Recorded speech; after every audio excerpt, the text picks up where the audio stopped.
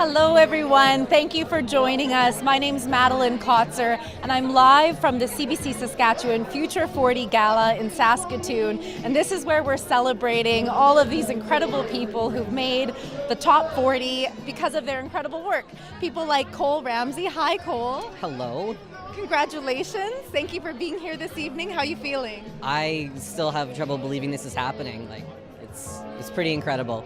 Well, the work that you've been doing is quite incredible also. I mean, you are a transgender teacher and you're very active in that role, both in educating children and I feel like the general public. Can you talk about what it's like to sort of balance those two different parts of your identity? Well, for me, being openly transgender and queer is very much a part of being a teacher. Sort of my philosophy of education that if I can use my life and my identity to teach people in a way that society, I think, needs to be taught, then I certainly should do that. And I imagine that you didn't have a lot of people trailblazing ahead of you. Well, we've had some, pretty major people. There have been advances even in the last 5 years with major media personalities, people coming out who are quite famous. But on the level of local people, did I have a teacher growing up or an adult even who I knew personally who was transgender or non-binary? Certainly not. So it's big shoes to step into, but they were empty. How's it been going generally so far? Very well. When I first made the decision to, come out and be open about my identity, I was very scared and I wasn't sure, what the reaction would be, even if it would be safe or possible for me to work. But the reaction has been, very supportive from within my profession and, more accepting than I thought from the general public. So I think the world as a whole has moved forward quite far, even in the last few years. I think in large part to people like yourself who are opening up that conversation and making it all right for the younger generation to talk about those issues. Even being a non-binary person, that's still a very new concept to people. You want to explain a little bit about how you would describe that to a student or a parent who maybe has never met a person like yourself? Sure. Well, what we call the gender binary is, men and women. There are two. And most people assume that that's just the way it is. But there are, and have been throughout history for, millennia, people who are neither men or women. And for someone like me, I would say specifically that I'm genderqueer. I'm sort of both, sort of neither. There are other ways of being non-binary, but really all it means is you are not quite a man or a woman. You're something else, and somewhere else in the diversity of, being human. And so I understand that right now you're taking that messaging and that conversation to the wider general public through consulting. Can you tell me about some of that work that you're doing? Sure.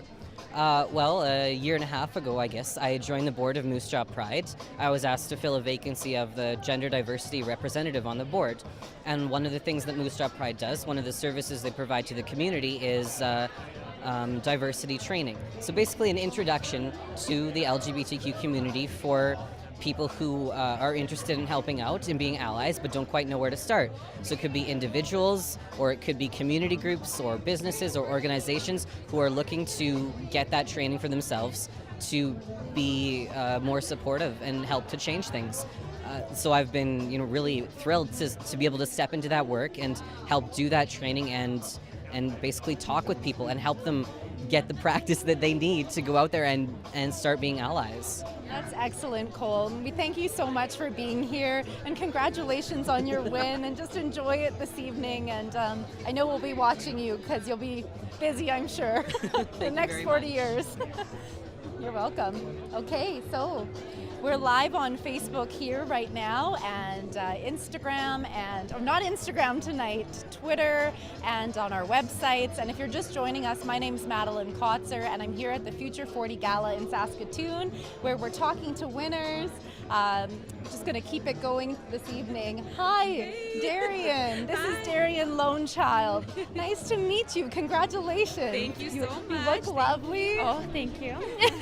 So you are 21 years old, I understand. 21. And you are already known as a prominent leader in Saskatoon and Saskatchewan for your work on Indigenous issues.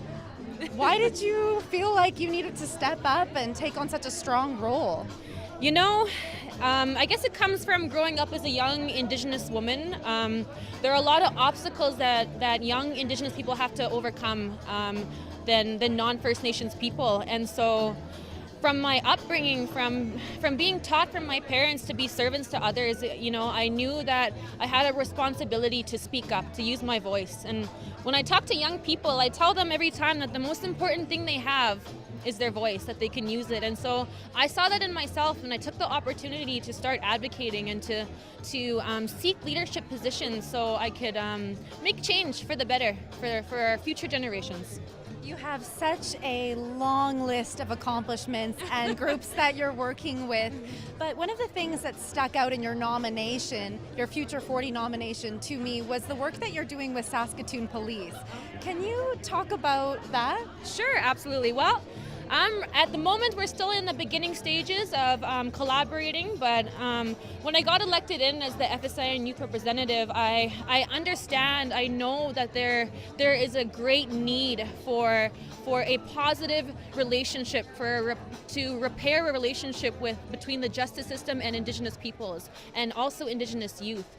And so for this time of reconciliation and repairing relationships, I know that as a young advocate, that Indigenous young people feel distrust. They feel a little bit of hostility when they see police officers, and so I want to bridge a relationship between the Indigenous community and the Saskatoon City Police on to collaborate with ideas, how to do this, how to create safe spaces. So yeah. That's excellent. I imagine that you're quite a role model for people, all people really, but especially Indigenous women, young Indigenous women. What's the feedback and response been like for you since you took on all of this advocacy work? You know what? First Nations communities, First Nations people are so good at empowering and uplifting their members. And so especially Indigenous women, I've gotten nothing but love, but being upheld by my own community of White Bear and especially Saskatoon as well. So the response has been immensely amazing. It's been awesome. Well, I know I can't wait to see what you do with the future. We've got such, high hopes for all of the winners, yourself included. But when you picture Saskatoon's future or Saskatchewan as a whole in its best form, what do you see? Well, I'm going to go back to my priorities as a youth representative. When I picture the future of Saskatoon, I picture positive relationships between First Nations youth and the Saskatoon City Police. I picture poverty at an all-time low. I picture just positive relationships between the citizens, First Nations and non-First Nations people, that we can combat racism together in this work of reconciliation, of repairing relationships. And so when I think of the future of Saskatoon, I think of First Nations people as a priority and how we can empower and uplift each other in this society. Sounds like a bright future. Thank you so much for joining me for this. Thank you so congratulations, and I hope you really enjoy yourself this night. You. You deserve to be celebrated. It's nice to meet you, Darian. Thanks Thank you. so much. Yeah. Thank you. All right. So Madeline Kotzer here. We're live with CBC Saskatchewan on Facebook and Twitter and our website. And I'm joined this evening by many of our 40 Future 40 winners, people like Adele Perez-Lopez. Nice to meet you. Congratulations. Thank you very much. So, Adele, I understand that you actually came here from Cuba. Can you talk about that journey? Well, I came from Mexico. I'm Cuban, so I went to Mexico to do my PhD. But during my time in Cuba, I met a scientist from here, from Saskatoon, Crystal Olivier, and we had email conversation, and then she was part of my committee for the PhD. And I had the chance to come in 2015 to do part of my PhD. And so I understand that while you were studying and working on research here, you got kind of brought into a very Saskatchewan field, canola. Can you talk about the work that you did with yellow aster research? Yeah, well, my project in Mexico was with corn. But once I was here, I was seeing everything they were doing with aster yellow, the vector of aster yellow, and I said, well, I want to be part of that because I'm here in Saskatoon, Saskatchewan. I was in love with the city, with the winter. I know it's crazy. You love the winter. Yeah. Oh my goodness. Saskatchewan, are you hearing this? Adele, who is from Cuba, loves our winter. I know that winter was not that bad. So then last winter I was like, I'm not loving it that much, but I'm here. So, As long as you find something to do, right? Yeah. Do you have a favorite winter pastime besides Netflix? Because we all love that. Oh, yeah. Well, the thing with winter is like motivate me to be inside the lab and work a lot. So that's why we had so many results. We published 2 book chapters, one about molecular stuff, other about the vector. And then I had the chance last year to return for a postdoc, and now with Club Root, that is other disease that affect canola. That's very interesting. That's the first time I've ever heard that our winters make researchers more productive. That's amazing. I mean, they're good for something. That's wonderful. Yeah. So you're recognized because you're obviously moving this in a new direction. What's next for you in your research and in your life here in Saskatoon? Right now I'm postdoctoral fellow, and my next step will be like be professor. I would love to be professor here in the biology department in plant science. So if anybody is listening, I want to be professor here in Saskatoon. And you know, I think it takes a special type of person to leave where they're from and travel in pursuit of what they're so passionate about studying. Where do you think that came from in yourself? In me was the passion for my work. I really love research, and in Latin America it's really hard sometimes to do research. So here there is a lot of opportunities, a lot of people supporting that. So I found that Canada is really good supporting science and agriculture, and I love agriculture, and I think that Saskatchewan is the best province for me. Also, there is a lot of provinces in the prairies that they do good agriculture and science too.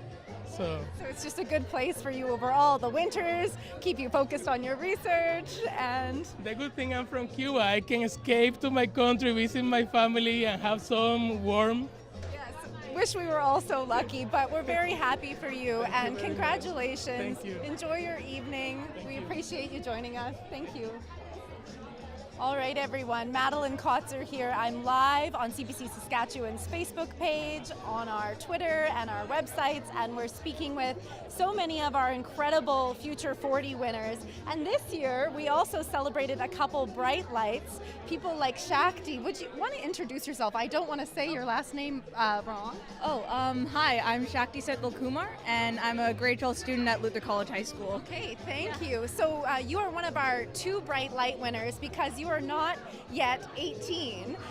So congratulations, because at such a young age you have managed to accomplish so much. And I wanted to ask you, first off, where does your passion for helping people, especially people who are less fortunate than yourself, come from? Well, I guess it was just, I can't exactly put a place or a specific name to it. I just heard a story, and it was a story that moved me a lot, and so I just felt inspired to help, and it just spiraled, and now I'm helping on a bigger scale than I ever thought it was possible. Okay, so I know you do lots of work with Carmichael Outreach. Can you tell me about some of the projects that you've done in the past or are presently working on that you feel really good about? Well, last year a group of students at my school, we all decided to do sort of farmers market in order to help Project North, which does a lot with helping communities in northern provinces with stuff like school equipment or food and stuff like that. And so we did a afternoon farmers market with food and activities and stuff like that. We did that last year, yeah. So that was for people living in Saskatchewan's north?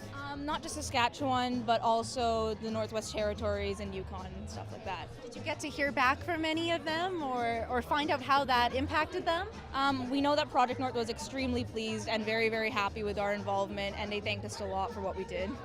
And so what does that feel like for yourself to see how the good work that you and your friends at school are, how it's affecting people? How does that make you feel? It's exhilarating, honestly. Nothing brings me more satisfaction, honestly, than hearing people say how much things have gone well, I suppose, for them. Yeah. And you've obviously got a very bright future ahead of yourself. You know, you haven't graduated yet? No, not yet. Not yet. Do you know what you want to do in the future, Shakti? Well, I was considering psychiatry, maybe, inspired by my dad, or psychiatry. Well, we've got a really great psychiatrist here tonight, another Future 40 winner, Sarah Dungavel. So you should make sure you introduce yourself to her. But other than that, it was so nice to meet you, and I hope you enjoy your evening. Nice to meet you too. Thank you. Congratulations, Shakti. All right, everyone. My name's Madeline Kotzer. We're live with CBC Saskatchewan here from the Future 40 event in Saskatoon, where we are celebrating so many wonderful people, 40 people under age 40. Hi, people like Crystal Peterson. Hi, nice to meet you. Nice to meet you. Congratulations. Thank you so much. Okay, so you are a quadruple threat, a singer, a dancer, an actress, a musician, and I understand that you started performing at a young age. Well, how did you get into this? It's just been something I've always enjoyed doing. It was my mom and parents always said that I used to like sing around the house and act and just be silly, and I guess since I was like I could talk, I would just entertain everybody. So it's not surprising then that you're on the Future 40 winners list, because you've been doing this for a lifetime. It's awesome. I'm super surprised. It's amazing. So Excellent. Okay, so I actually in my research found a 2010 YouTube clip of yourself singing, and you have a beautiful voice. Thank you so much. Did you have to work with that at all, or was that something, tell me about how you got so good? I don't know, lots of practice. I took voice lessons from when I was about 6 till I was 18. Just lots and lots of practice and vocal training, and I love singing. It's one of my favorite things. Well, it's really paid off. Your acting and performance CV is long and impressive. I wanted to ask you, you've been involved with so many different productions, but do you have a favorite to date? I guess my favorite right now, I'm in the process of creating a one-woman musical that Thompson Highway wrote for me. So it's going to be like a Cree preservation project. So there's 12 songs all written in Cree. So I'm learning my language, and then it's also going to be turned into a one-woman musical. Is this songs in the key of Cree? Yes. Oh, that's so exciting. I heard about that. Yeah, it's going to be very exciting. So it's a very collaborative process for you with Thompson. Yeah, I've been working really closely with him on the Cree language. I never got to speak my language, so it's kind of really cool that it's kind of coming back to me through him. Yeah, and they say that singing a language helps you learn it. It does. Yeah, I think I got to sing in many languages when I was in voice lessons and stuff, and Cree just kind of comes naturally, and I think it's amazing to kind of learn my language through something I enjoy so much. And you're also sharing your talents with the wider community. I understand that you work with Some Theatre and young people. Tell me about what you do there. So Some Theatre runs a theatre program every summer called Theatre in the Park. So we go to different parks around Saskatoon just to make theatre accessible to the communities. So we bring theatre, free theatre, to them into a big park outside in the summertime, which is pretty amazing, and just inviting the communities and all the people just to come and enjoy a show. And because you work with younger people and you've made it to this point where you're enjoying a lot of success, I wondered what advice you would give to your younger self, and perhaps some of our younger viewers who might be watching on Facebook or Twitter or on our website. Just don't give up. If you believe in it so much, don't give up. It's challenging, and but when it starts to pay off, it's very rewarding feeling, because you've put all of yourself into what you want to do for your life. So never give up. That's always the thing. Work hard, strive hard, and just overcome every obstacle, and just keep believing that you can do it. Of course, because there's hard times that we all find ourselves in where it doesn't seem worth it, but clearly it is. It is. It does. It does pay off. It sometimes feels like there's no light at the end of a dark tunnel, but it does. It pays off eventually. You're proof of that, Crystal. Well, Thank you. Congratulations, and I hope that touring you have a safe, super fun time, and we'll be watching for you. Awesome. Thank you so much. Thank you. Have a good evening. Thank you. Yeah. Okay, Madeline Kotzer here. We're live on CBC Saskatchewan social streams, talking with Future 40 winners this evening. We have another one coming up here right now. Kelsey Coos, nice to meet you in person. It's nice to meet you too. Congratulations. Thank you very much. So you are a super busy teacher in Yorkton, and when we spoke, we actually weren't sure if you were going to make it because you had a rehearsal, right? Yeah, so very fortunate to live in a community where there's so much music and so many musical opportunities to be involved in. And actually, tomorrow evening, the Yorkton Community Jazz Band is putting on like a fundraiser concert. So I'm performing at that tomorrow with the community members. So we had a dress rehearsal tonight, and then our school's also putting on a musical. So even after school today, we had musical rehearsal. So it's quite busy time, but it's good. It's good busy. That just sounds like hours of work, and I don't think you'd be able to do it if you didn't enjoy it. Of course. And your community obviously really enjoys it as well and appreciates it. I understand that when you first came into that high school in Yorkton, there wasn't much of a choir program, or there was no choir program anymore. So actually, before I had come there many years ago, they had a super large choral program, a thriving program really, with 100 plus kids in it. And then just kind of over the years, it had kind of deteriorated, and enrollment started to drop. And I'm very fortunate to have administration at my school and support of the community members that when I came in, they had cut the program just the year before because of low numbers. But when I came in, I had community members come, and with the support of my administration and with that help, we were kind of able to rebuild it. Now we're strong. We're about 70, and we went to BC last year for a festival, and we'll be traveling this year to Winnipeg. So we're busy now.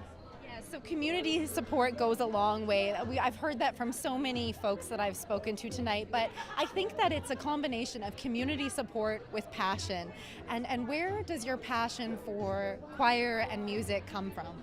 I've been singing since I've been really young. So when I was, I think I started singing lessons when I was 7, and then I've had just the greatest teachers, whether that was my private teacher or my high school teacher, growing up, and then getting into university and studying music education. I had an awesome professor as well help me along that route, and yeah, very fortunate just to know some incredibly talented individuals who kind of steered me in that music direction.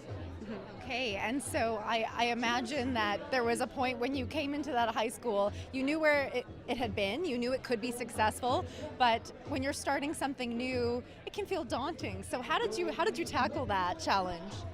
I have always kind of wanted to be able to develop a choral program or to teach choir. I'm a vocal major, so that was already ingrained in me that I really wanted to build something there. And although it was daunting, and you kind of come in there and it's a big school, and knowing that it was such a large program, when you kind of walk in there, you're a little scared. But then I had like the past teachers who used to run the program kind of swoop in again and say like, what can we do to help? And my administration being like, what can we do to help you create a successful program? So it's really it's my students who are so dedicated and work so hard, and it's my administration and my community that's been really helpful. Absolutely, and I wanted to ask, what's it like to share your passion with young people, get an entire student body excited about the very thing that you're passionate about in your life? Well, first of all, just to be able to do something that I'm passionate about and have it as a career and get to do it every single day, such a privilege, and I'm so thankful for it. And to be able to get the kids excited about what I'm excited for, it's great just to see them coming in and with this big smiles, and even just making those new friendships and those new relationships.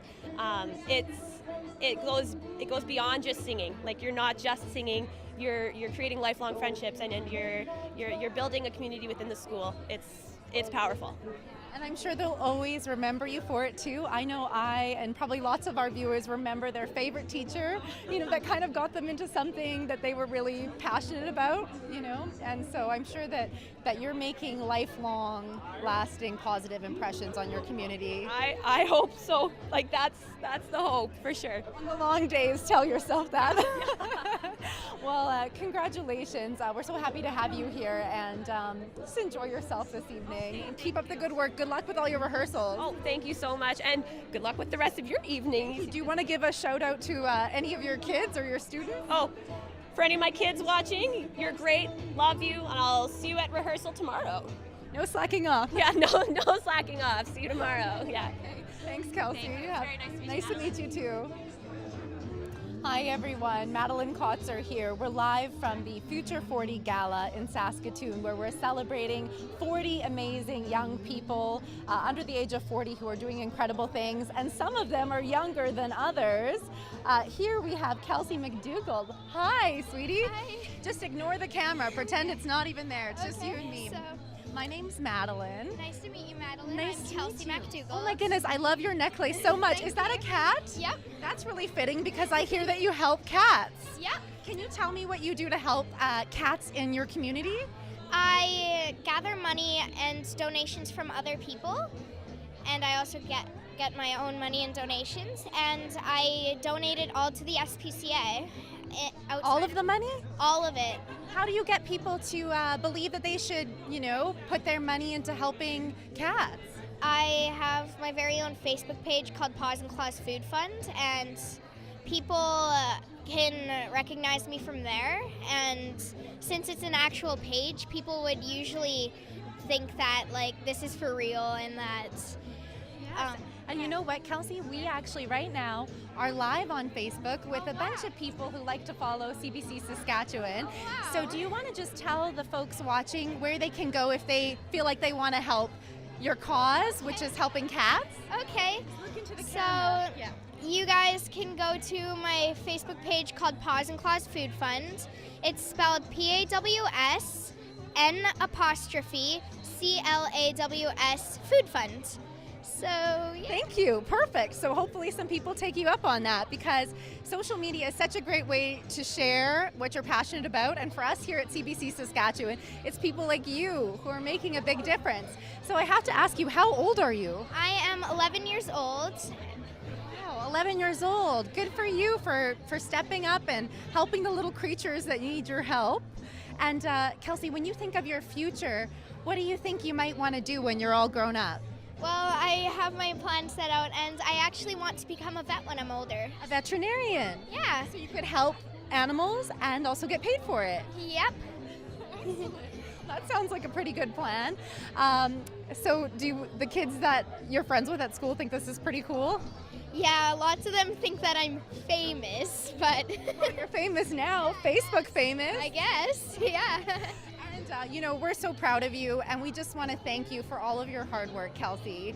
And is that your mom over there? I'm guessing she's a big part of it too. So Yeah, she helped me start it up, so.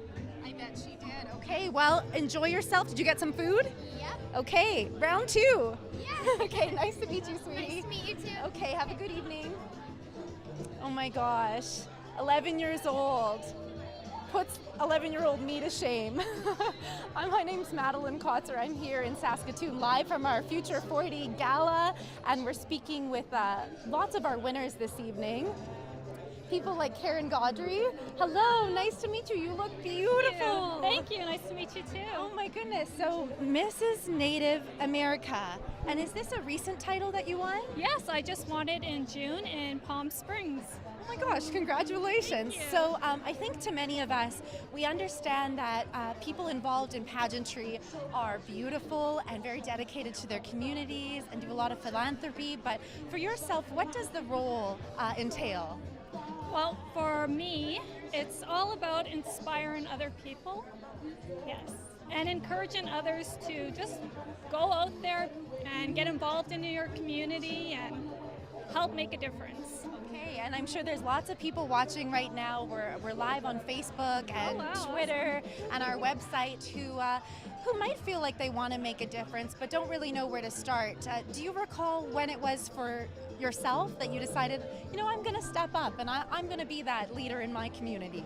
Oh yeah, when I was young, my mom was diagnosed with lupus, as well as my sister and my auntie. So I knew right away that I wanted to get involved and help raise awareness and hopefully find a cure. That's my goal. Yeah, and you're very involved with the Lupus Society here. What do you do here in Saskatoon with them? Well, I'm the vice president right now, and we fundraise and we raise awareness. Just spreading the word, bringing the word out there, letting people know that if you have lupus, there's a group for you. We can help. And I understand that you actually have a big trip coming up. Yes. In like a couple days, you're heading to China? I'm so excited. A little nervous, but so excited. Of course. It's normal to anyone going to China, but let alone going to compete. Can you tell us what you're doing there? Okay, so I'm going to be there for a total of 10 days. A lot of the days are going to be rehearsal. We have our evening gown competition, our swimwear competition, and our personality profile. So we get to talk about ourselves for 1 minute. Do you practice with somebody? In front of the mirror. I usually practice just alone, muttering to myself before things like this. Oh, well, I'm sure you're going to do so well. And obviously, Saskatchewan is very proud of you. Yes, so congratulations. Thank and you. just enjoy your time this evening. Yes, I will. Okay, Thank good you. luck. Nice Safe meeting you. travels Yes, to China. thank you. Yes. All right, Madeline Kotzer here. We're live on CBC Saskatchewan's social feeds and on our website, and we're speaking with Future 40 winners here tonight. All week, we've been bringing you the stories of incredible people who are doing really amazing things in their everyday life. Folks like Sarah Dungavel. Hello, nice to meet you. Nice to meet you too. Congratulations. Thank you very much. So you are a psychiatrist, but a very busy one. I am. Okay, I don't really know where to start, but I think one thing that really grabbed me from your nomination was the work you did in La Loche. And would you just tell me about that journey and why you went there? So I was already going to work up north. I'd already agreed that I was going to take on some of the clinics up there. But La Loche didn't have a psychiatrist visiting yet. And then the shooting happened, and it was felt like we needed to let the community know they weren't alone. We needed to let them know that we were taking this seriously. And so I started my clinic there. I think it was about 2 months after the birth of my middle child. So we just started a clinic there and started seeing the people who needed to be seen. I've really enjoyed it. I'm still going up. It's one of my favorite clinics. We've got great people up there, great staff that I'm working with. What do you enjoy about it, rather, on a professional level, working in a community like La Loche? You know, the people in the northern communities, and in La Loche particularly, are just so strong. They've been through so much, and they're still holding on to cultural history, to the things that make their life worth living. They're desperately trying to build a better life, and I see some of the youth up there who are going to be wonderful leaders in the future. They're going to become these shining lights, and it's wonderful to get to be the chance to help them do that.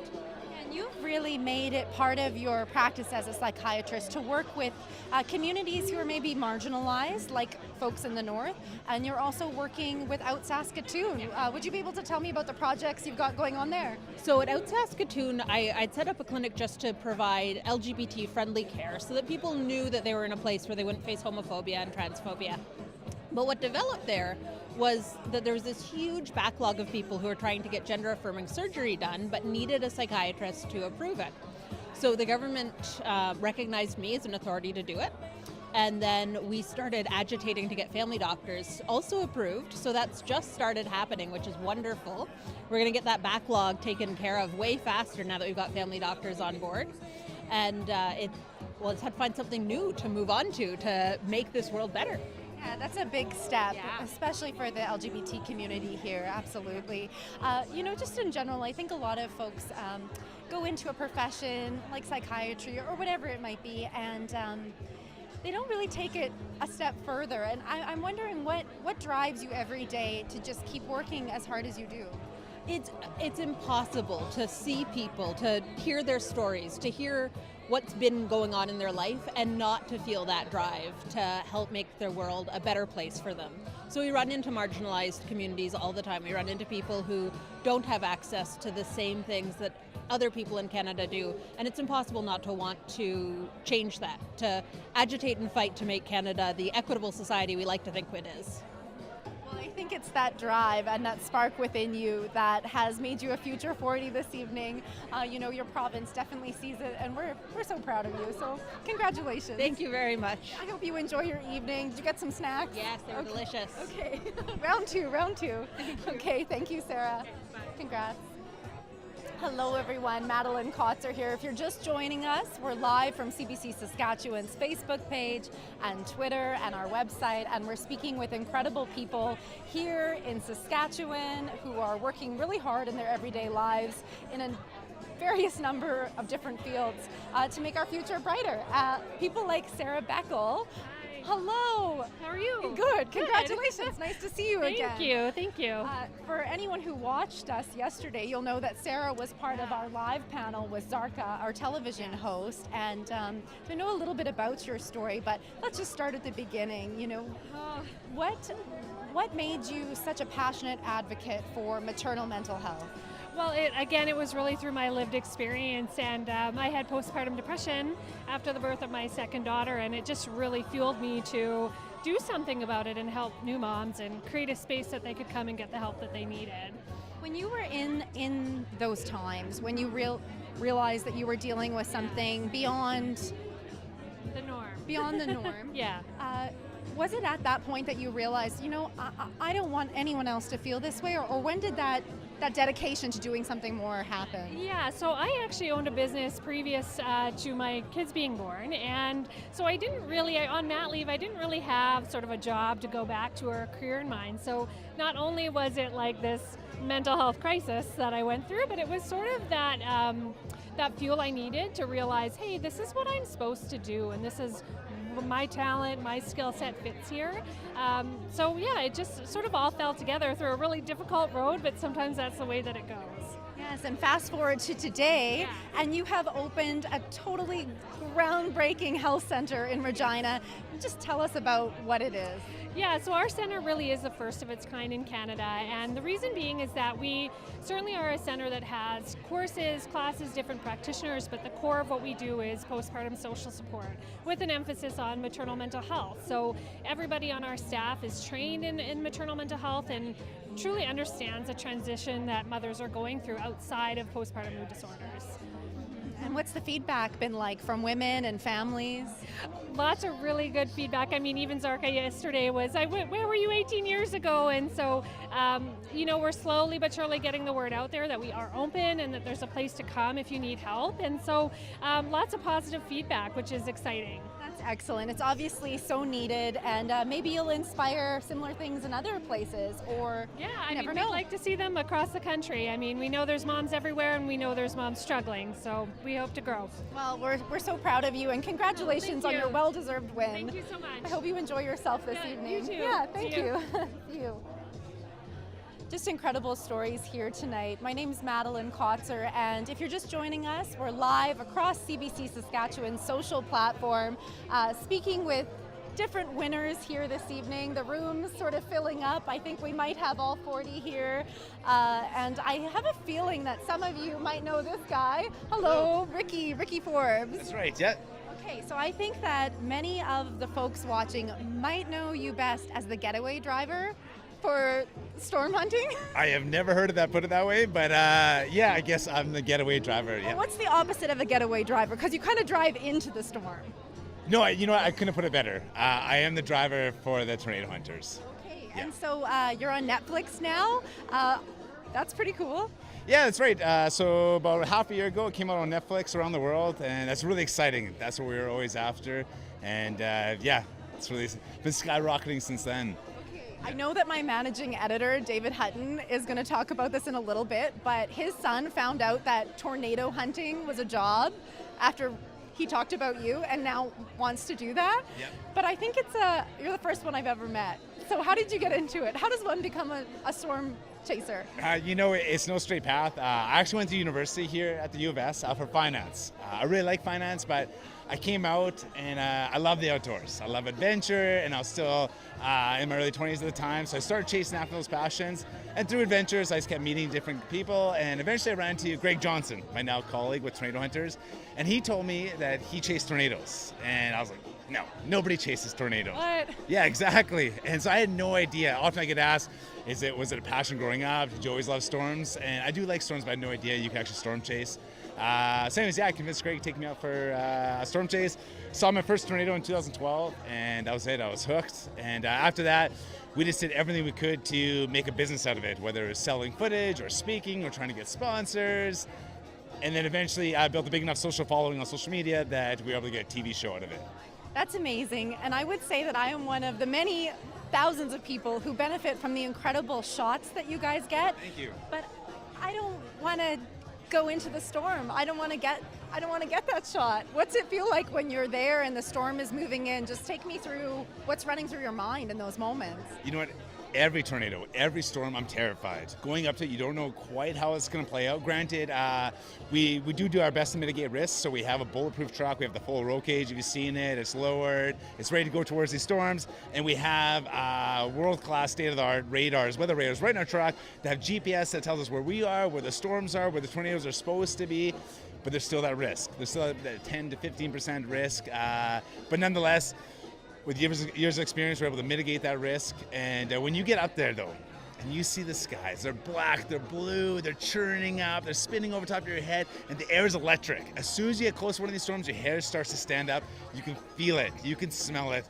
And when the sky starts twisting up and that tornado comes out in the middle of an open field, there's nothing better in this world. And when you get to take pictures and videos and share that with the world, it's absolutely incredible. And that's what keeps me coming back. It sounds like a rush. Maybe you're a bit of an adrenaline junkie. I don't know. I think I would just have a heart attack, and it would be my first and last storm. Yeah, there's a little bit of adrenaline involved, but there's a passion for the job. And when we're out there, we're also calling in warnings. Forecasting can only go so far. When we're there live on the ground, we can tell you exactly where this tornado is, where it's headed to, and we're forecasting these warnings out to the public and doing our best to let everybody know.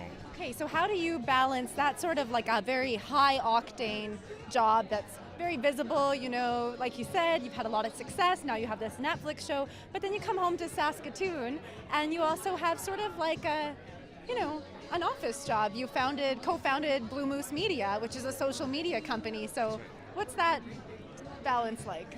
That's exactly how you said it. It's balance. I love storm chasing, but we're on the road all the time. And it's nice to be able to come home, spend time with family and friends, and I love social media. And we do training and consulting, getting to work with companies and help them build their businesses. That means a lot to me as well. So I love to do a little bit of both. I love to come home and do this part of my life, and I love to be on the road, chasing adventures and storms. So just trying to keep going back and forth. That's where I find the happy medium. Okay, and between all of that, you also find the time to volunteer your time as a big brother. Why do you do that? And sorry, I don't talk about that a whole lot, but I feel being part of this community, we're very lucky to live right here in Canada, and I've been very lucky throughout my life to have great mentors and people help me out along the way, and I feel it's only right. It's our debt to society. You have to give back, and so whatever way I can, I'm doing my best to volunteer and give back, do things like Big Brother, Big Sisters, and it means a lot to me. Don't get me wrong, I'm getting lost from it as well. It's very fulfilling work, and like I said, it feels being part of this community. Yeah, you have to do your part. The community, I think, appreciates you right back, and they see the work that you're doing. And because we are live right now across our social media accounts and online, I was wondering if you might have any advice for someone, perhaps a younger person who's watching, who wants to chase their dreams, perhaps not as literally as becoming a storm hunter, but how do they get started? Where do you start, I got asked a similar question last week, and growing up, and so I'm going to kind of twist this question. Growing up, I always thought my parents had it figured out. And now that I'm 32 now, and so I'm much more of an adult now, and I still don't have it figured out. And I realized they were just winging it the whole time. And that's what everybody's doing. Like you might see myself in this role as a tornado hunter.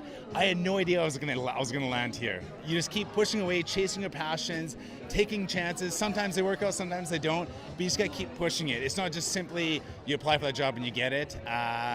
So it's a rocky road, but chase the passions. And if anything, the number one quote I love to go by, it's from Richard Branson, is say yes and figure out how to do it later.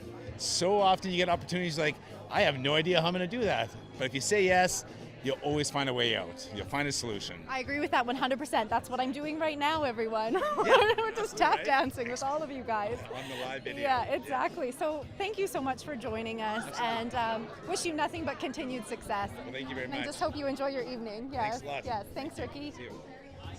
All right, everyone, if you're just joining us right now, my name is Madeline Kotzer, and I'm live from the Future 40 Gala in Saskatoon, where we're celebrating folks like Ricky Forbes and all of the others that we've met with tonight. It's just incredible to hear their stories. And I think we have one more before we're going to wrap up for the evening. Here we have Lee. Hi, Lee Thompson. So congratulations. Thank you so much. I know we spoke a little bit on the phone earlier in the week, but it's so nice to see you and have you here. Are you having fun tonight? Yes, I am. It's actually really nice. I love being in this room. It's interesting. I was amazed by your nomination because you wear so many different hats. You're a poet, you're a scholar, you're a naval reservist, you're a leader in your community. When do you sleep? Very rarely, but for me, it's I don't have a choice in this world to do the work that I need to do.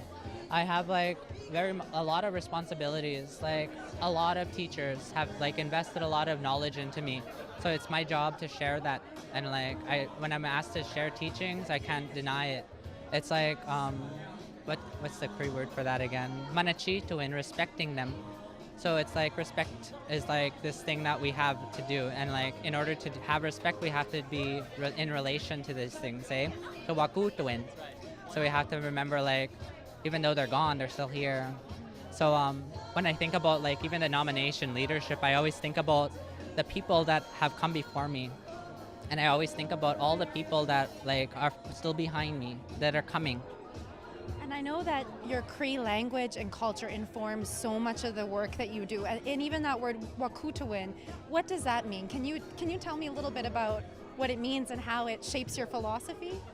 Wakutuin is the law of interrelatedness, interconnectedness. It's so vast in comprehension that when we put it into English, it's unity, relations, blood relations, seeing each other for each other and respecting that relationship, that connectedness we have for living as human beings. Wakutuin. Wakutuin. Thank you for teaching us all that. That's very interesting. And you're right now studying urban planning. Yeah. How does ideas like Wakutuin shape the way that you see Saskatchewan and Saskatoon's future? So I'm also Two-Spirit, right? So I do a lot of community building within that aspect and within that framework. So when we talk about wakutuin in urban planning, I often think about coexistence. We're here, we're not going to leave. Our teachings aren't going to change overnight. We're not going to disappear at any point in time, in the near future or any time. We're always going to be here at this time and place and space. And I know through that determination, you've brought about new things, like the Two-Spirit powwow. How did you get involved with organizing something like that? Where did the idea come from? Actually, that's through Out Saskatoon. They had it was a long time ago. It's that's where Out Saskatoon history comes in, kind of in a way too. So it's I kind of just got tapped on the shoulder from Jack Saddleback to come and help out. I know Jack. He's a former Future 40 winner. Yeah. He's great. Yeah. So for myself, I'm a Uskapio in our community here, elder helper. But I help a lot within my own community too. That's where I come. My roots are. For me, as an Uskapio, I help out in any aspect I can, wherever I am. So I try and share those teachings anywhere I can, and I guess that's how I got involved with it, and it was just my own initiative too. It's a choice to do the work that I do. For me, it's a choice, but I don't have the choice. I just love helping people and doing that and sharing teachings. And your community definitely recognizes it, and that's a big part of why you're here this evening. And I wanted to ask you, you're quite young still, 22. 22. Yeah. At age 22, to be recognized in this way as a CBC Future 40, how does it make you feel? I'm thinking about all the teachers that I had, and all the things that I've been through, my experiences in life. So it's humbling for me because I know there's a lot of people coming, and I know that there's a lot of work that for me to be even here tonight, to be in a room like this, in the Sheraton in Saskatoon, in Saskatchewan, to be in a room like this with all these leaders. It's to be this young, it's just I'm I wonder where I'll be in 10 years. I have a feeling it's going to be great. And I think that you are right where you're meant to be, Lee. And we're so proud of you. So congratulations, and I hope you just have a lovely evening here. Yes, thank you so much. You're welcome. Very nice to meet you. Gustas. Yeah. Okay. Everyone, thank you so much for joining me this evening. My name's Madeline Kotzer, and you've been watching us live from the Sheraton Hotel here in Saskatoon. And this is where we're having our Future 40 Gala. And all week we've been celebrating 40 young people under the age of 40 who are just doing incredible things and working really hard to make their communities a better place. And we hope that you've enjoyed hearing their stories and listening to their advice. I know I've learned so much, and yeah, I think we should all feel very proud to be from Saskatchewan this evening. So with that, I'm going to leave it there, and I hope you all have a great evening. Thanks for joining us.